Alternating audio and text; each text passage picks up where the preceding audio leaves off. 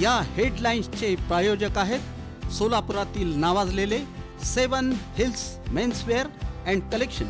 आता best quality आणि perfect fitting फक्त 7 हिल्स मध्येच। यंदाची मनपा निवडणूक विकास नव्हे तर ठरणार गोंधळाचा महासंग्राम। कारण अर्ज दाखल करण्याच्या शेवटच्या दिवशी झालेला अभूतपूर्व राडा। प्रभाग क्रमांक 13च्या उमेदवाराच्या नावात चूक। भाजप शहराध्यक्षा रोहिणी तडवळकर नॉर्थकोट मैदानावरती दाखल। उमेदवारांच्या समर्थकांशी झाली झटापट।